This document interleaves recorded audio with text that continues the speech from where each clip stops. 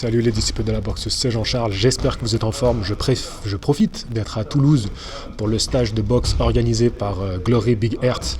Et je remercie Mehdi Oumia qui nous a laissé l'accès à sa salle, le Boxoom. C'est vraiment une superbe salle et le stage se passe très très bien à Toulouse. Franchement, on est arrivé sous la pluie, mais ça va mieux là cet après-midi. Donc là, vous verrez à la vidéo, ça sera déjà le deuxième jour de stage. Donc c'était un week-end où on organisait 3 jours de stage de boxe avec Louis Mariano. Vous allez peut-être l'apercevoir derrière moi.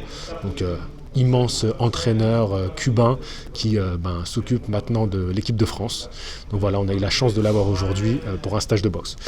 Ce soir, on aura sur 2 zones le combat de Daniel Blenda dos Santos. Vous avez fini les gars? On est encore les protestants. Ah ok. Bon, moi je fais une petite vidéo. Donc Dos Santos, il va tenter de conquérir le titre WBA international, donc des mi-lourds contre Joshua Buatsi. Donc en direct sur 2 zones ce soir. Donc j'espère qu'on sera nombreux à regarder son combat.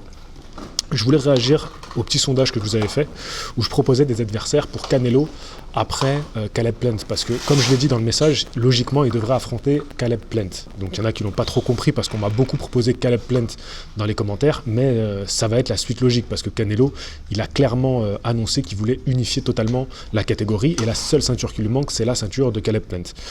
À mon avis, on va imaginer un combat entre Caleb Plant et Canelo. Ça risque d'être un combat qui peut durer un peu plus longtemps que contre Billy Joe Saunders parce que Caleb Plant risque d'être un adversaire qui va beaucoup plus bouger sur le ring, qui va être un peu comme on aurait pu l'imaginer pour Billy Joe Saunders, mais Saunders il a un petit peu plus accepté le combat.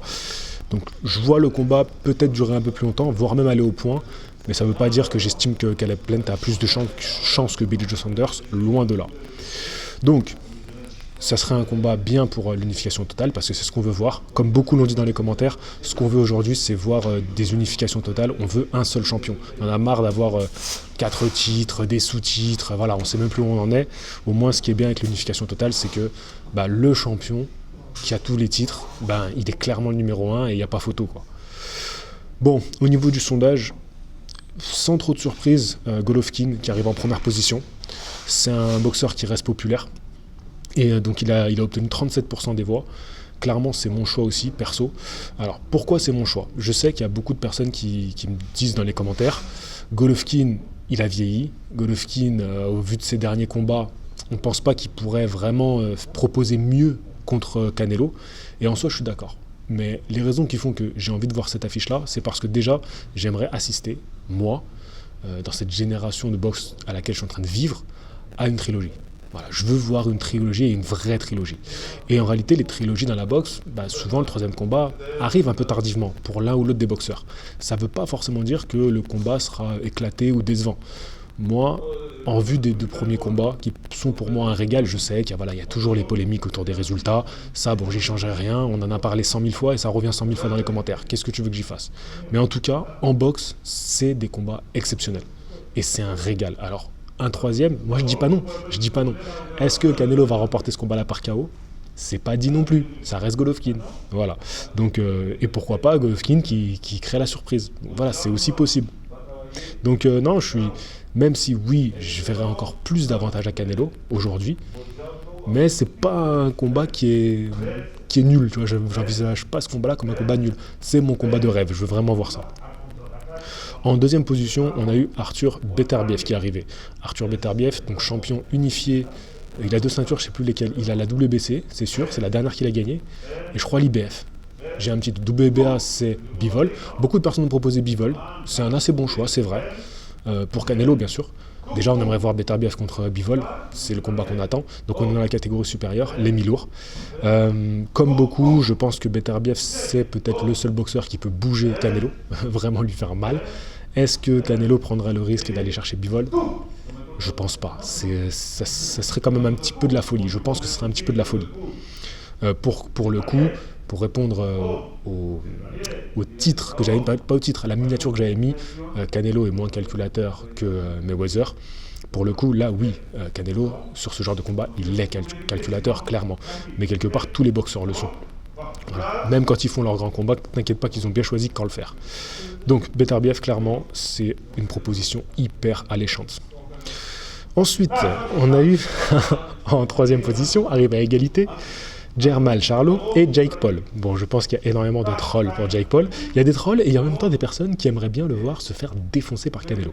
Bon, ceci étant dit, c'était pour rire, bien sûr, j'avais mis ça.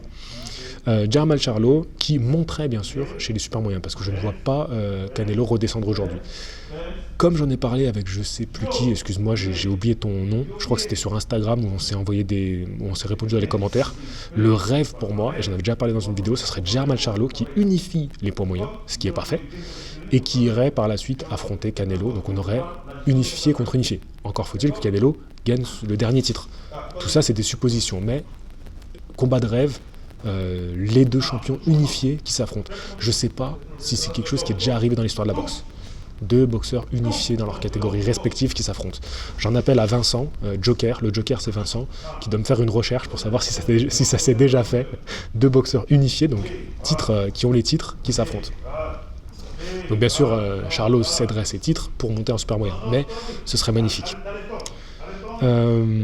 Et enfin, en dernière position, David Benavides. Et on va finir avec un petit bonus qui est bien sûr Andrade, que j'aurais pu mettre à la place de Jake Paul très clairement. Ça aurait peut-être donné un sondage un petit peu plus clair. Mais en réalité, ce que Andrade, pour moi, il n'a pas sa légitimité à prendre Canelo. Et Canelo lui a très bien répondu en conférence de presse. Gentiment mais sévèrement, il lui a dit d'aller se faire foutre, qu'il n'avait pas affronté à grand monde pour pouvoir boxer contre lui. Et en soi, il n'a pas tort. Voilà, je suis désolé, il n'a pas tort. Mais après, si le combat se fait, que le combat se fasse, quoi. Enfin, David Benavides, qui n'a obtenu que 5% des voix, je pense qu'il est très méconnu. Parce qu'en soi, c'est un combat qui promet d'être explosif. David Benavides, c'est pas un boxeur qui recule, voilà. C'est pas un boxeur qui est très défensif, c'est un boxeur qui est très agressif, qui cadre beaucoup ses adversaires et qui les martèle, qui les détruit. Voilà, c'est un boxeur hyper agressif. Donc, et clairement, en termes de punch, oui, lui, il peut faire mal à Canelo, et en plus, c'est un super moyen. Donc pour le coup, il ne monterait même pas d'une catégorie. Il prendrait un super moyen pour l'affronter. Après, on a Christian Mbili, bien sûr, qui est sorti aussi dans certains commentaires. Faudra attendre quand même quelques années, à mon avis, avant que Mbili... enfin, quelques années, je sais pas, mais Mbili aujourd'hui, c'est pas du tout un nom connu pour Canelo. Pourquoi Canelo irait prendre un no-name? Voilà.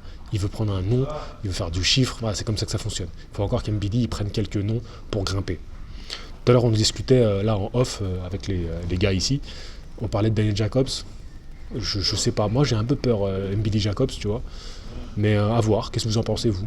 Dites-moi dans les commentaires si vous pensez que Mbili Jacobs, c'est un combat qui peut se faire et qui serait... Moi, j'aime beaucoup Jacobs, donc peut-être que je le surestime un petit peu aujourd'hui. Peut-être qu'il est, voilà, il est sur la pente descendante aussi, c'est vrai. Mais voilà, j'ai trop de respect pour Jacobs pour dire que Mbili va le détruire. Voilà, c'était juste pour faire une petite vidéo réaction à ce sondage, parce que j'ai bien aimé le retour que vous m'avez fait, j'ai bien aimé les commentaires, j'ai répondu à certains, voilà, autant que je peux. Donc ça m'a fait plaisir, je me suis dit autant faire une petite vidéo, profiter d'être là. Voilà, ce soir je vais la monter, et puis je vous la mettrai samedi matin. Je vous souhaite à tous un très bon week-end. Voilà, moi je vais aller voir la fin de la leçon. Ah, il y a Glory qui est passé là, Glory Big Heart, mon partenaire qui organise le stage. Tu t'en vas? Rigondo. Ouais, il a reçu un message sur Instagram de Guillermo Rigondo. C'est quand même la classe, franchement. Parce qu'il l'avait notifié, comme il y avait Luis Mariano qui est là, et qu'ils ont travaillé ensemble. Il l'a notifié, et Rigondo, il lui a écrit... voilà. Bon, c'est des petits plaisirs qu'il y a à nous, fans de boxe. Voilà, ça nous fait beaucoup de bien. Je vous dis à la prochaine. Fighting! J'ai parlé doucement toute la vidéo, pour pas déranger derrière. Je vais te dire un truc que tu sais déjà. Le soleil, les arcs-en-ciel, c'est pas le monde. Il y a de vraies tempêtes, de lourdes épreuves. Aussi grand et fort que tu sois, la vie te mettra à genoux et te laissera comme ça en permanence si tu la laisses faire. Toi, moi, n'importe qui. Personne ne frappe aussi fort que la vie. C'est pas d'être un bon cogneur qui compte. L'important, c'est de se faire cogner et d'aller quand même de l'avant. C'est de pouvoir encaisser sans jamais flancher. C'est comme ça qu'on gagne.